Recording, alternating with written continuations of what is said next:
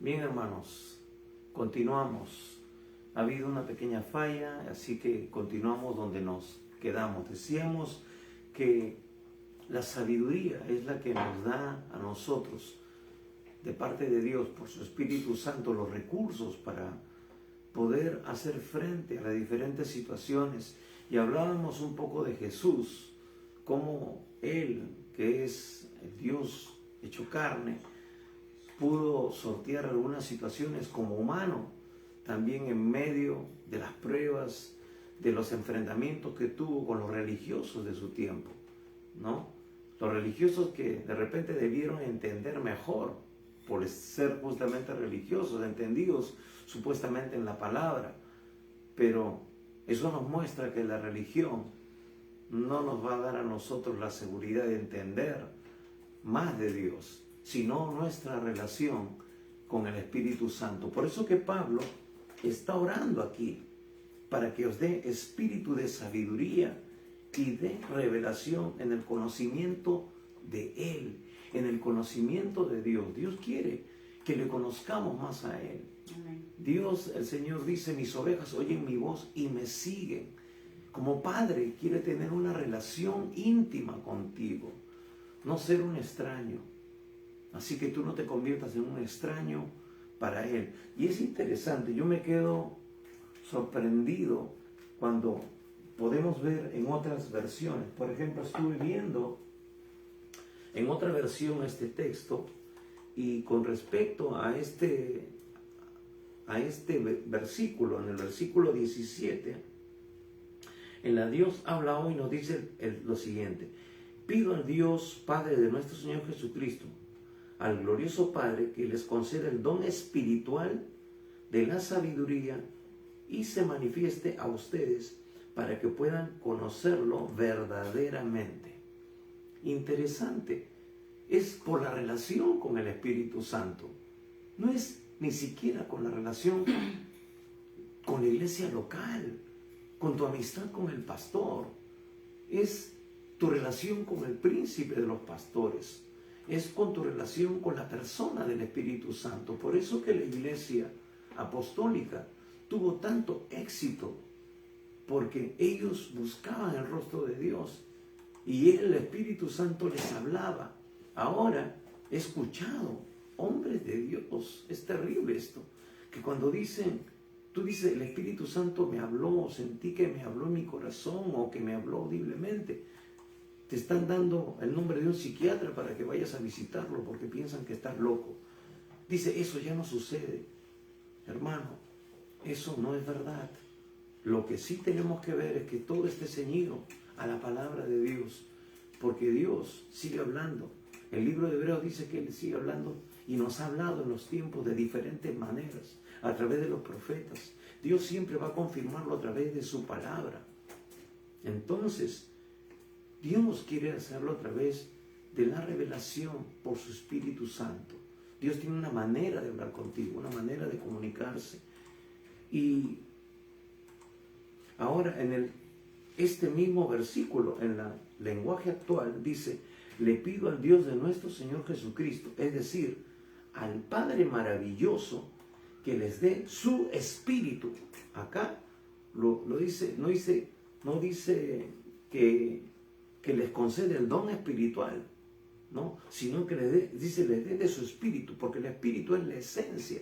No es que no tengamos el espíritu, sino que sea la manifestación del espíritu en nosotros. Dice, para que sean sabios y puedan entender cómo es Dios. Hermanos, la única manera de poder entender y conocer a alguien es cuando nosotros nos relacionamos con Él. Entonces, tenemos que estar en la presencia de Dios. Pablo lo sabía porque era un hombre de oración. Pablo lo sabía porque en función a esa relación íntima con Dios había recibido este misterio y había recibido la capacidad para poder revelarlo ahora en este tiempo, y ahora lo está transmitiendo a la iglesia y lo sigue hablándonos a nosotros, porque lamentablemente nuestro nivel de revelación, de conocimiento, de Dios es todavía minúsculo, es muy ínfimo, es muy pequeño.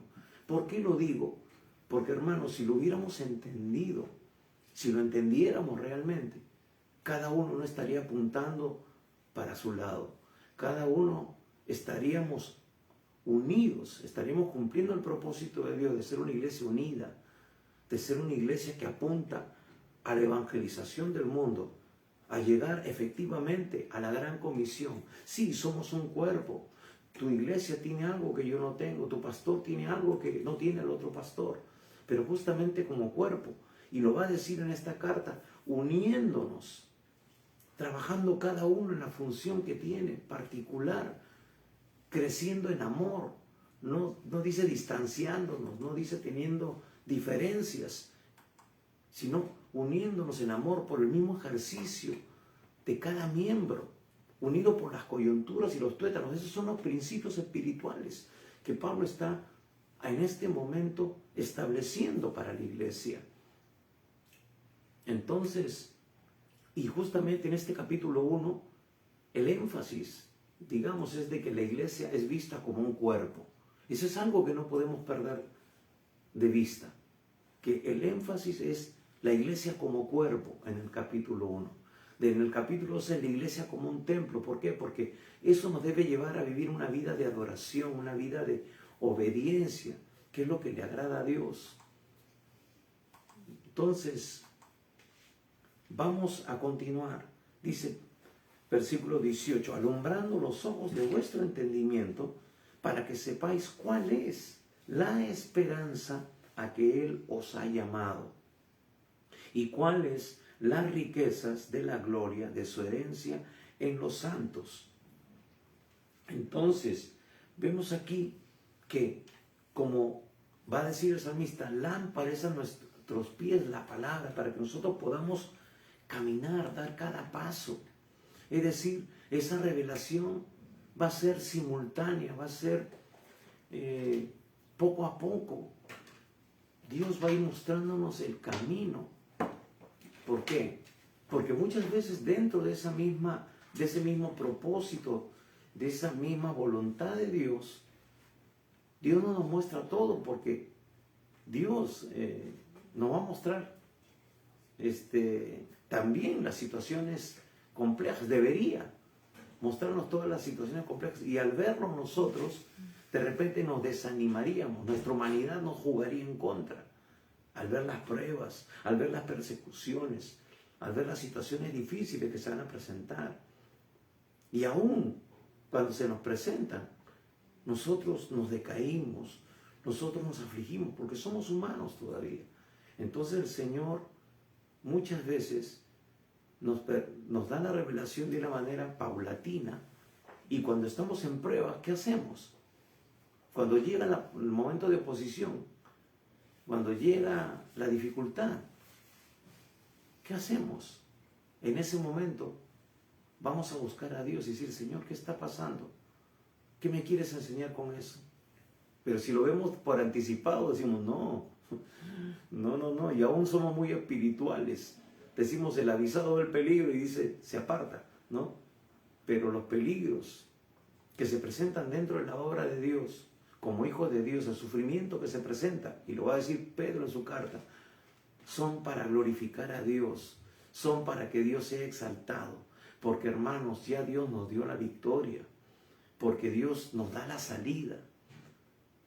¿Entienden? Entonces, Pablo está orando aquí para que sepamos cuál es la esperanza, ¿no? Es decir, para que nuestro espíritu sea iluminado, nuestro espíritu humano sea iluminado por el Espíritu de Dios, dándonos a nosotros conocimiento, dándonos a nosotros la luz para seguir caminando.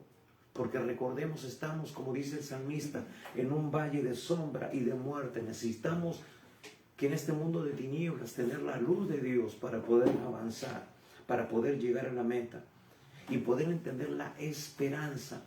La esperanza es lo que se antepone a la fe, es lo que alimenta la fe, es lo que nos da, valga la redundancia, esa esperanza de que la promesa es algo evidente. Entonces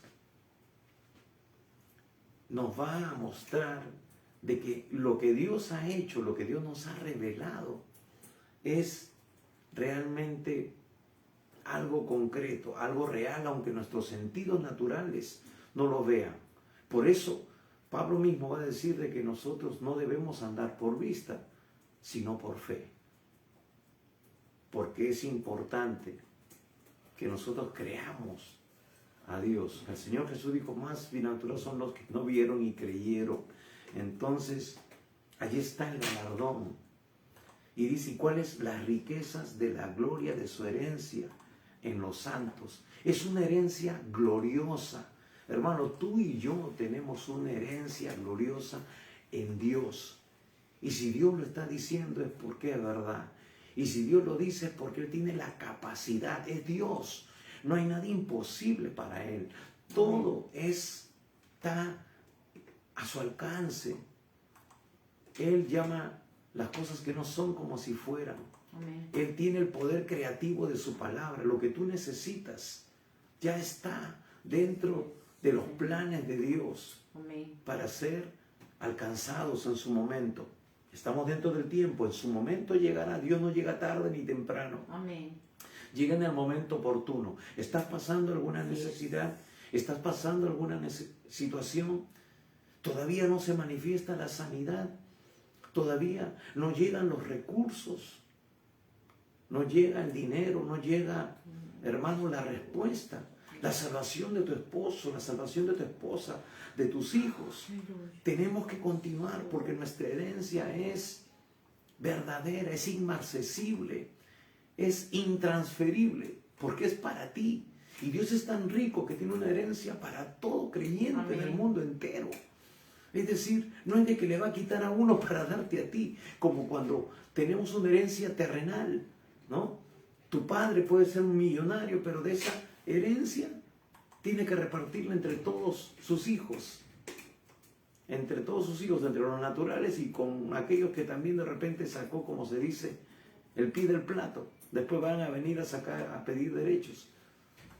No es de que de una herencia va a verse uno menguado porque si aparece otro heredero o no.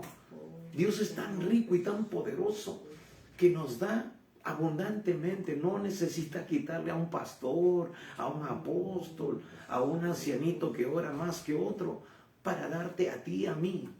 Dios es sobreabundante. Él lo muestra desde el principio de la creación. Por eso que Adán estaba solo en el huerto del Edén y dijo, acá tienes de todo para que tú puedas comer.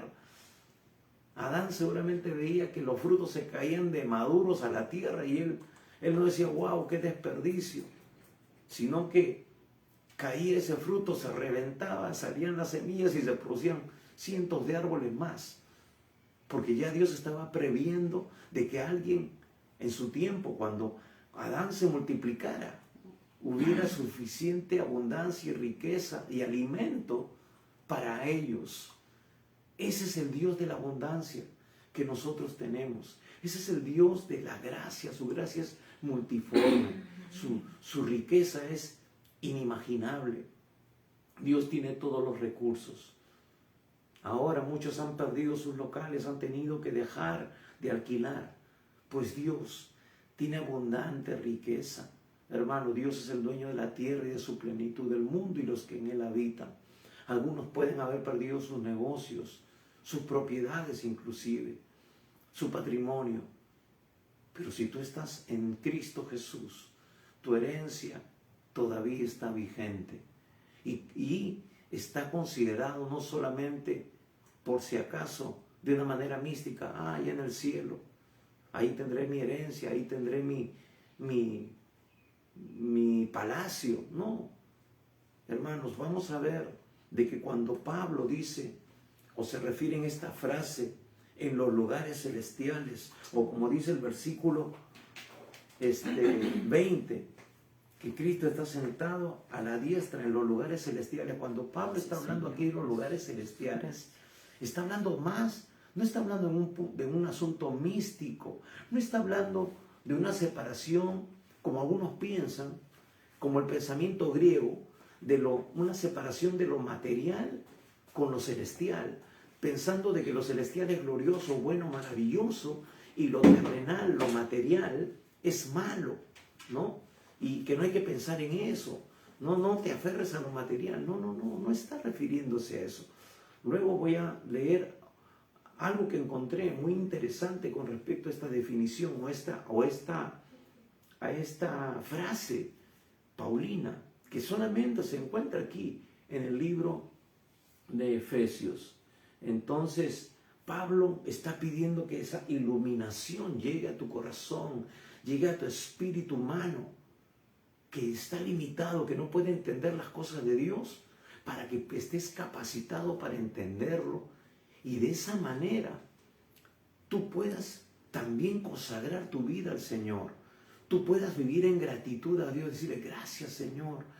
Y te sientas abrumado por su bondad, por su infinita misericordia, que te escogió, que te salvó, y también que te ha hecho un instrumento para bendición, como lo fue con Abraham, lo decíamos la semana pasada. En ti serán benditas todas las naciones de la tierra. Dios te ha puesto, si eres padre, eres abuela, abuelo, Dios te ha puesto para ser un canal de bendición, para que tú ministres bendición, para que tú declares o profetices o como le quieras llamar, bendición sobre tu descendencia. Bendice a tus hijos, desata bendición a tus hijos.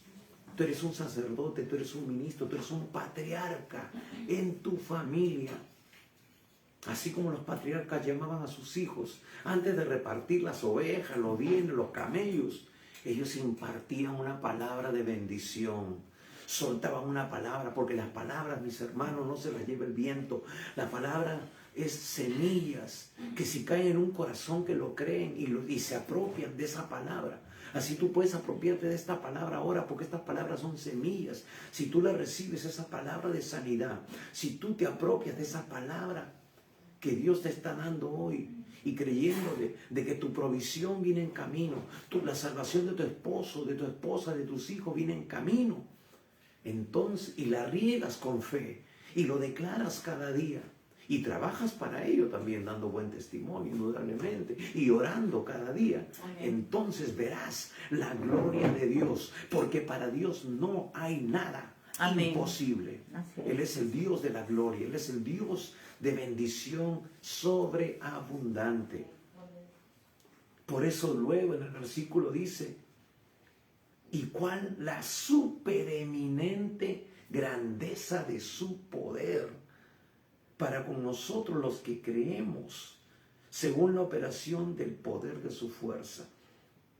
Aquí Pablo inventó una palabra que no existía, supereminente. Ya super era algo grandioso, es algo hiper, algo que no se puede entender. Super es lo máximo, pero dice super eminente. Eminente es el que está en eminencia, en el posición más alto. Lo que está diciendo es cuál es la altura de la altura de la altura de lo inalcanzable, lo inescrutable, lo inimaginable. Y todavía encima dice grandeza de su poder. No hay palabra que pueda definir. Por eso que Pablo inventa esta palabra, supereminente grandeza. Él pudo haber dicho grandeza, la supergrandeza, pero dice supereminente grandeza de su poder. ¿Para quién? Para con nosotros. Hermano, eso está solamente disponible para ti, para mí, como iglesia, como siervos, como instrumentos de Dios. Eso es lo que Pablo quiere que tú entiendas. ¿Qué quiere que la iglesia entienda? Cada creyente. Por eso no podemos vivir, si se puede decir o se puede comparar, como mendigos siendo hijos del gran rey. No quiere decir eso que tenemos que tener una casa, una mansión en La Molina, con piscina. No me refiero a eso. Eso es algo todavía ínfimo para lo que Dios puede hacer por cada uno de nosotros. Sino, dice la grandeza de su poder para con nosotros. Pero añade algo, los que creemos. La fe Sin fe es imposible agradar a Dios. Tú tienes que agradar a Dios. Eso es lo que cautiva el corazón de Dios. Eso es lo que hace que Dios no se limite en obrar en tu vida y en mi vida. Eso es lo que sorprendió a Jesús cuando vino ese soldado y le dijo: Señor, no soy digno que entres en mi casa, pero di la palabra, porque yo también soy hombre sujeto. Y yo le digo, tengo autoridad, y le digo a mi siervo: ven, y va y viene. Y él dijo: nunca he visto tanta fe, aún en Israel. Dice que se sorprendió Jesús. Eso es lo que cautiva el corazón de Dios. Cuando tú crees, cuando tu fe va en esperanza contra esperanza, como fue la fe de nuestro padre Abraham. Cuando tú no te limitas por lo que ves, tu cuerpo quizás esté deteriorado y tú digas: no, y estoy más que muerto. Bueno, quiero decirte que no fuiste el único. Abraham ya veía su cuerpo como muerto, como de 100 años. Y Dios le dio la promesa de que tendría un hijo, y lo tuvo. Y no solamente tuvo un hijo, sino que después que murió Sara, tuvo otra esposa y tuvo 4 o 5 hijos más. Esa es la supereminente grandeza del poder de Dios, que está a disposición, dice, para nosotros los que creemos. Esa es la clave. Es la amplitud para todos los que creemos. Es ahí donde se limita. Eso quiere decir que tu fe no puede ser pequeña. Tu fe tiene que crecer. Tu fe tiene que incrementarse. ¿Y cómo se incrementa? Pablo va a decir en el libro de Romanos que la fe viene por el oír constantemente la palabra de Dios. En Josué dice que no se aparte esta palabra de tu boca, sino que meditarás en ella de día y de noche.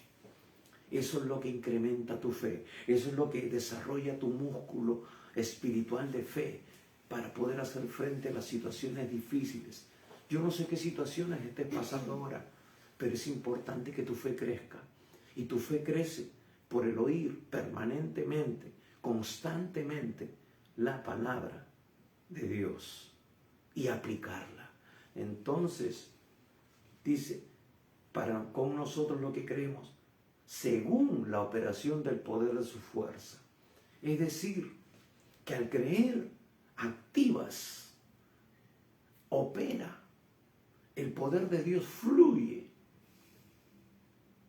para ti, te alcanza, te toca, se evidencia.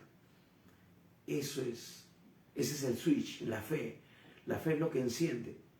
Ahorita hay energía en todas las instalaciones de este lugar, pero hay focos que están apagados.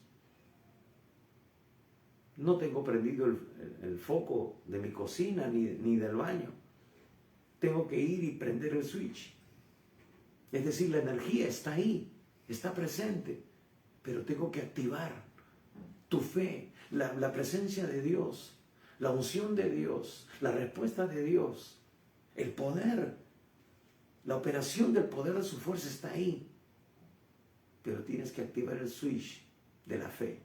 Tienes que encenderlo para que pueda iluminar. Dios quiere iluminar tu vida, tu corazón. Quiere darte revelación. Pero una clave, hermano, para recibir mayor revelación es la obediencia. ¿Estás obedeciendo en lo poco que Dios te está hablando hasta ahora? Hay verdades básicas en la vida cristiana. Lo básico es vivir una vida de fe. Lo básico es vivir una vida de oración. Lo básico es vivir una vida de disciplina en la palabra. Y cuando Dios te habla a través de la palabra, tú tienes que ser obediente en lo que Dios te dice y no en lo que otros dicen, que apagan tu fe, que te limitan. Unos te van a decir: no, eso ya no está vigente, eso fue en el Antiguo Testamento, ahora estamos en el Nuevo Testamento, estamos en la gracia. Hermano, toda la palabra de Dios fue inspirada por Dios y es útil para enseñar, para redarguir, para corregir, para instruir en justicia, a fin de que el hombre y la mujer de Dios sea enteramente preparado para toda buena obra. Aquellos que vengan con algunas cosas raras, que te digan, no, ya no te necesitas eso de la ofrenda, eso del diezmo, eso de tal cosa, eso de que los tatuajes o qué sé yo. Eso fue Antiguo Testamento. Es por eso que la iglesia ahora está pasando necesidad. Muchos no tienen recursos para llevar adelante la misión evangelística, cumplir con la gran comisión. El diablo se frota las manos. Sí, sigan enseñando eso, sigan diciéndolo, porque quiere ver una iglesia miserable, pobre y desnuda, cuando somos ricos. Porque el Señor se hizo pobre para que nosotros fuéramos ricos. Él nos dio los recursos, nos dio los medios. Está ahí, pero la gente no está activando. Y ese bienestar no es solo para la iglesia. El diablo nos ha engañado, nos está robando a nosotros. Porque el Señor, ¿qué es lo que ha dicho en su palabra? ¿Cuál es su promesa? Yo abriré la ventana de los cielos y derramaré bendición hasta sobreabundar en tu vida. Solamente aquellos que hoy lo han puesto en práctica saben que esto es la pura verdad de Dios. Y toda enseñanza tiene que ser aplicada, porque es la voluntad de Dios. Y eso es lo que hace que la operación del poder de su fuerza se manifieste en nosotros. Dice, la cual operó en Cristo, resucitándole de los muertos y sentándole a la diestra en los lugares celestiales en Cristo. Miren, es tan poderosa que ni la muerte tiene limitaciones sobre ella.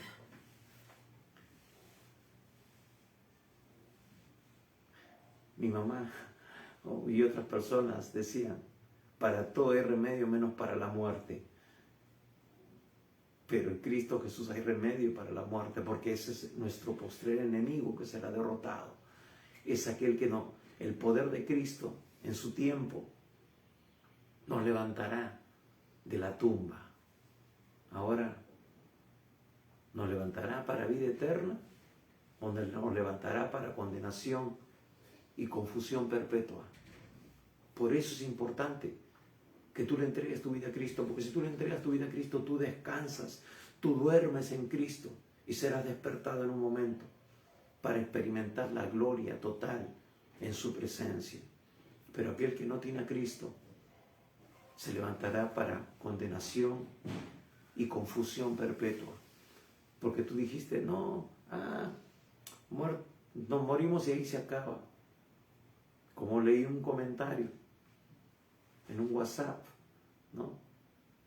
Compartimos sobre la salvación y dijo que alguien salió por ahí diciendo, ¿qué tanto quieres vivir? Ya cuando uno muere se acabó la fiesta, se acabó el asunto.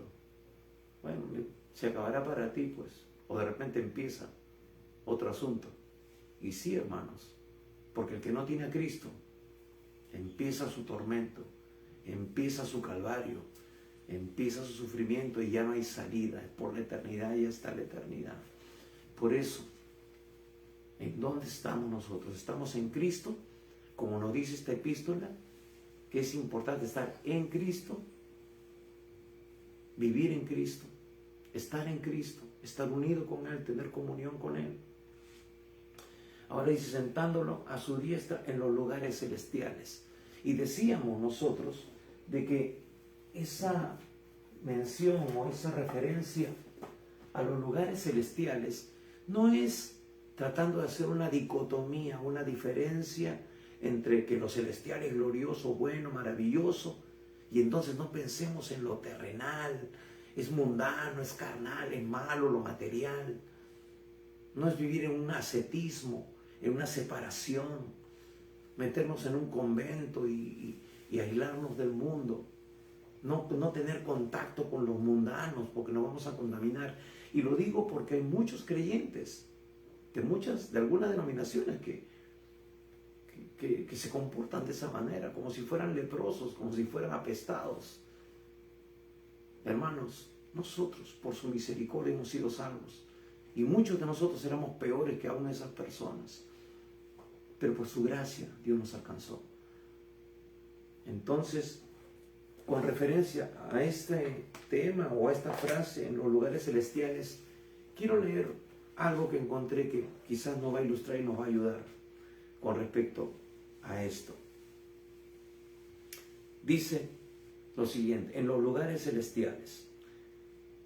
En el sentido locativo o del lugar de esta expresión, indica tanto la fuente de donde proceden las bendiciones, del lugar excelso donde Dios y Cristo reinan, como su naturaleza y carácter, y divinos, pues las tenemos en Cristo, unidos e incorporados a Él.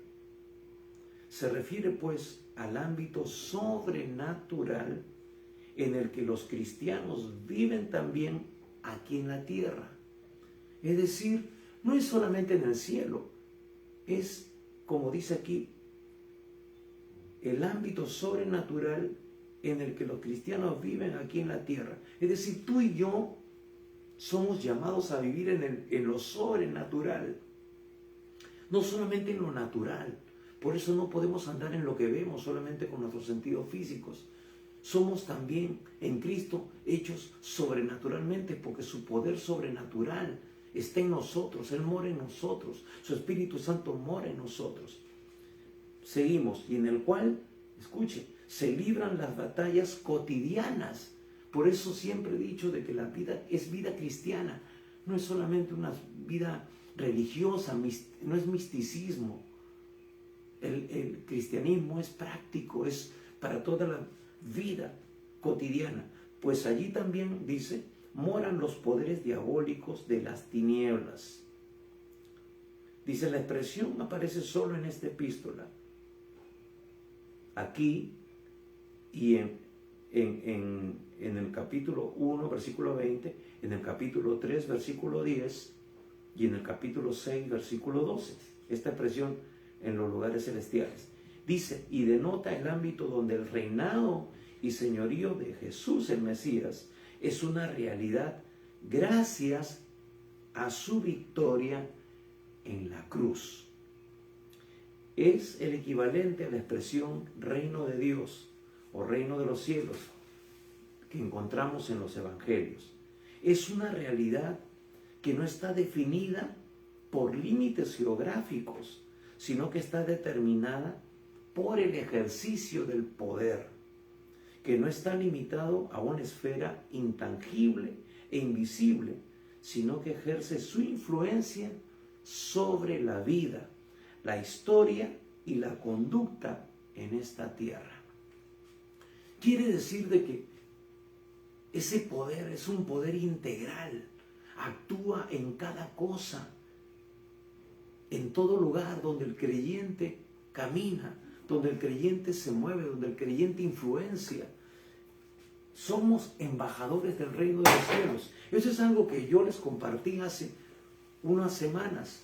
Tú y yo somos embajadores del reino de los cielos, mi hermano.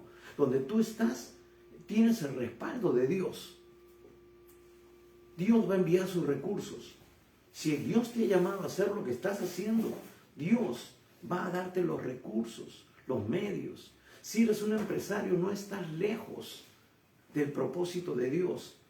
Dios te ha dado la capacidad de hacer negocios, de hacer dinero, de tener empresa, para que eso sea un canal para la bendición de Dios. Muchos empresarios, conozco a unos y muchos más, que vivían, hermanos, del 10% de sus ganancias y rindieron el 90% de su riqueza y de sus negocios a la obra del ministerio. Y Dios los ha bendecido mucho más. Ellos decían, yo con el 10% estoy más que saciado. Por eso, en gratitud y en obediencia a lo que Dios me mostró, yo lo he rendido esto a Dios. Y por eso es que mis empresas siguen siendo bendecidas y cada día tengo más empresas. Eso es lo que Dios hace, porque esa es la obediencia, la fidelidad al llamado de Dios. Y dice que el que es fiel en lo poco, Dios lo pone sobre mucho. Hermano, y no solo eso, sino que esas empresas no solamente dan dinero, sino que rinden, lo usan, captan gente contratan gente y las evangelizan, les predican el evangelio, les dan buen testimonio. Y muchas de esas empresas han sido un instrumento para ganar a los perdidos. A eso me refiero. No importa el negocio que tú tengas, si es un restaurante, hermano, tú le puedes poner una servilleta con un versículo bíblico. Tú puedes poner, hermano querido, un individual con un versículo bíblico, con un pasaje, una escritura. Tú no sabes qué persona va a ir a comer a tu negocio. Puedes poner un bonito cuadro, puedes poner música cristiana, aunque sea instrumental, en ese lugar. Y Dios va a ir ministrando, Dios va a ir tocando, Dios va a ir obrando en esas vidas. ¿Me entiendes? O sea, todo lo que tenemos a nuestra mano tiene que ser usado para la gloria, honra y alabanza de nuestro Dios. Y entonces es ahí donde vamos a ver la gloria, la honra y la alabanza de Dios en la vida de otras personas. Bien, vamos a continuar. Y dice, y sobre todo principado y autoridad y poder y señorío, y sobre todo nombre que se nombra, no solo en este siglo, sino también en el venidero. Dios está vigente. Él dijo, uno de sus nombres es, yo soy el que soy. En todo momento está vigente. Y está diciéndote, como hemos leído en ese comentario, que Él está presente en todo ámbito de la vida cotidiana.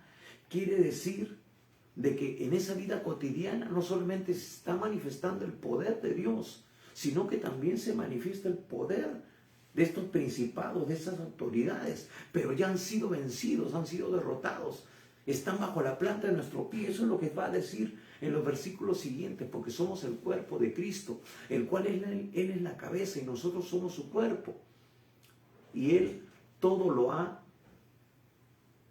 puesto bajo nuestros pies, por ese principio de autoridad, por ese principio de comunión, por ese principio de fe que tú y yo debemos ejercer. Por eso que Pablo, volviendo al principio de estos versículos, ora para que tú entiendas, para que tú comprendas, mi hermano, mi hermana, de que ese demonio que está oprimiendo a tu familia para que no crea, ya está derrotado. ¿Quién tiene que ejercer la autoridad? Tú. ¿Quién tiene que ejercer la autoridad?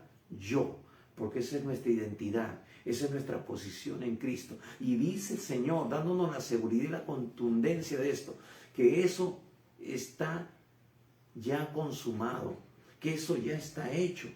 ¿Por qué? Porque dice que Él venció ese poder que operó en Cristo, que es la cabeza de la iglesia, también está presente en todo su cuerpo. Versículo 21 dice, sobre todo principado y autoridad y poder y señorío, sobre todo nombre que se nombra, no solo en este siglo, sino en el venidero. Y si hubieran 20 siglos por delante, en esos 20 siglos y la eternidad, siempre el nombre de Cristo va a estar sobre todo nombre. El nombre del demonio, de vicio, de lo que sea que esté oprimiendo a tu familia, de incredulidad, de idolatría, de hechicería, lo que sea, está vencido, está derrotado. Pero tú ya tienes esa autoridad y tú tienes que ejercerla. El Señor no va a venir a echar fuera ese demonio. Tú lo tienes que echar porque Él te da autoridad. En mi nombre echarán fuera demonios. Demonios, ni siquiera demonios. Demonios. Tú puedes echar legiones en el nombre de Jesús. Tú tienes el poder y el señorío de Cristo.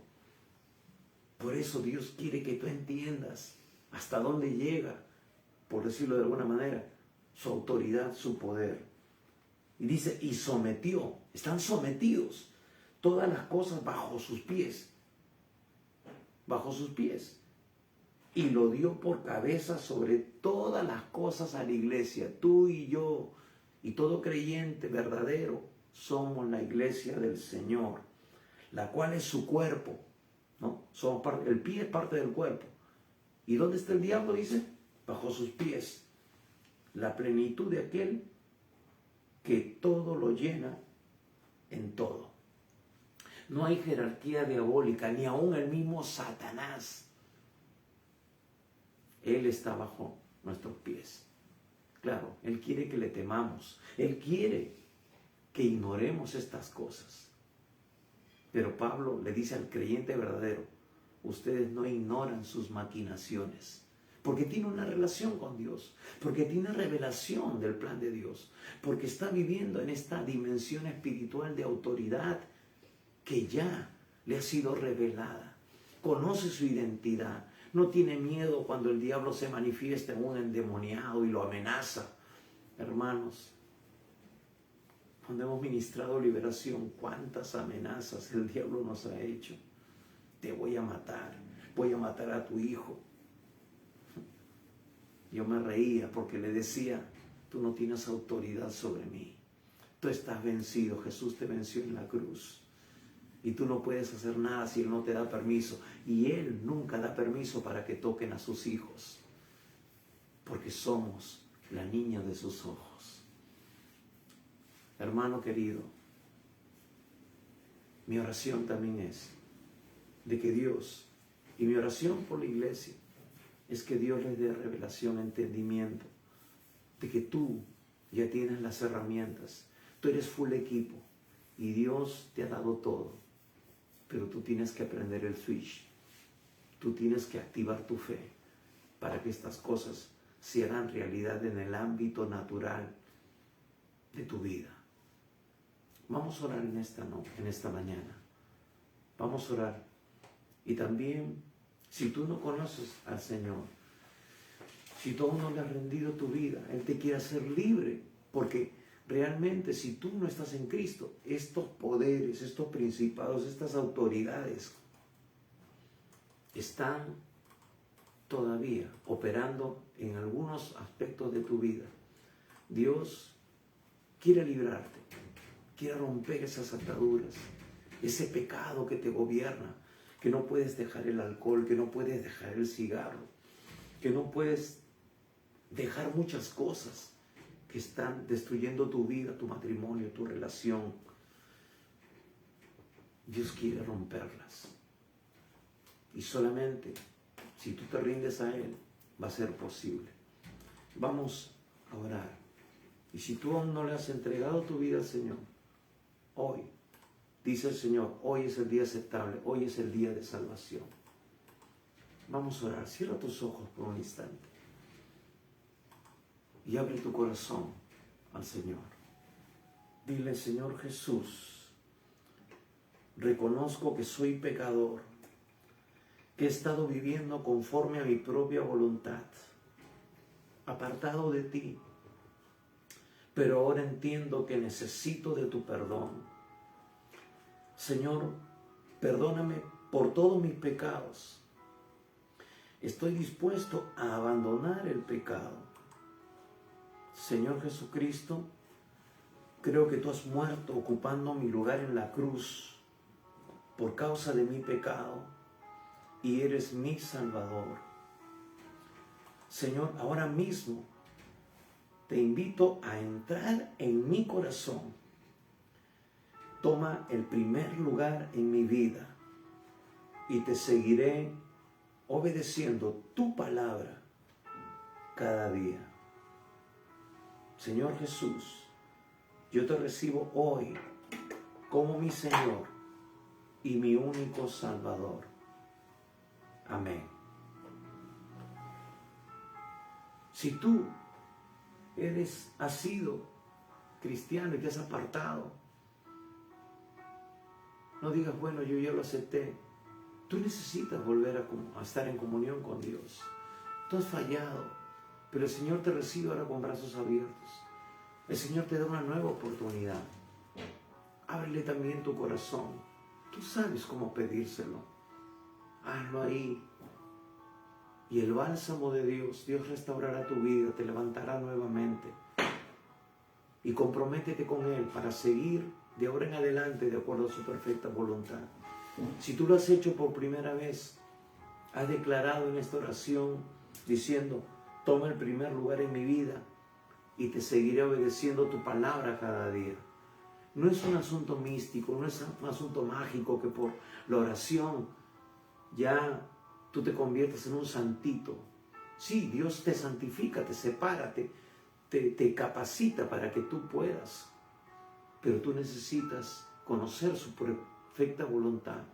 Y su perfecta voluntad se encuentra expresada en su palabra. Nosotros queremos ayudarte a conocer más de Dios. Queremos darte recursos, queremos darte orientación. Queremos asesorarte para que tú puedas tener un crecimiento espiritual consistente. Así que comunícate con nosotros, escribe en el chat y nosotros estaremos contestándote, nosotros estaremos teniendo por otros medios ya otro tipo de comunicación para brindarte estos recursos, también para orar por ti y tú puedas crecer saludable en la vida cristiana. En la vida cristiana no existen llaneros solitarios. No te estamos sugiriendo que cambies de religión. Nosotros no somos una religión, la religión nos salva. El único que salva es Jesucristo. Él es el que murió por ti en la cruz, no murió nadie más. Y Él es el que tienes tú que tener esa relación íntima y profunda cada día. Él dijo, aquel que quiera ser mi discípulo, niéguese a sí mismo, tome su cruz cada día y sígame. No puedes quedarte como estás. Tienes que avanzar. Tienes que caminar de la mano con el Señor. Sin Él nada podrás hacer. Así que nosotros queremos ayudarte. Gracias por este tiempo que has permanecido con nosotros. Y como eres testigo, el enemigo no quiere que este mensaje llegue a las vidas de muchas personas. Hemos tenido algunas interrupciones, pero continuamos, porque no vamos a dejar de que el enemigo salga con su gusto. Así que, si ves una interrupción al principio, continúa viendo este video. Quizás esta prédica sea partida en dos por causa de la tecnología que falló en un momento, pero tú continúa, tú velo, compártelo, sé parte de esta misión con nosotros. Compártelo con tus amigos, con tus compañeros de trabajo, con tus seres queridos que aún no conocen al Señor, o que tú sabes que han sido cristianos pero están dando mal testimonio, se han apartado y ahora son instrumentos del diablo para más bien desacreditar el Evangelio de Cristo. Así que compártelo. Quizás Dios toque sus vidas y sus corazones para ser restaurados. Así que gracias por tu tiempo y te recordamos que estamos los días miércoles a las 7 de la noche teniendo nuestro tiempo de oración. Dios está respondiendo a la oración gloriosamente para bendición de muchas personas. Y como hoy a las 11 de la mañana seguiremos dando el mensaje de la carta del apóstol Pablo a los Efesios. Gracias por tu tiempo. Comparte este video y recuerda, Cristo Jesús viene pronto. Prepárate. Dios te bendiga.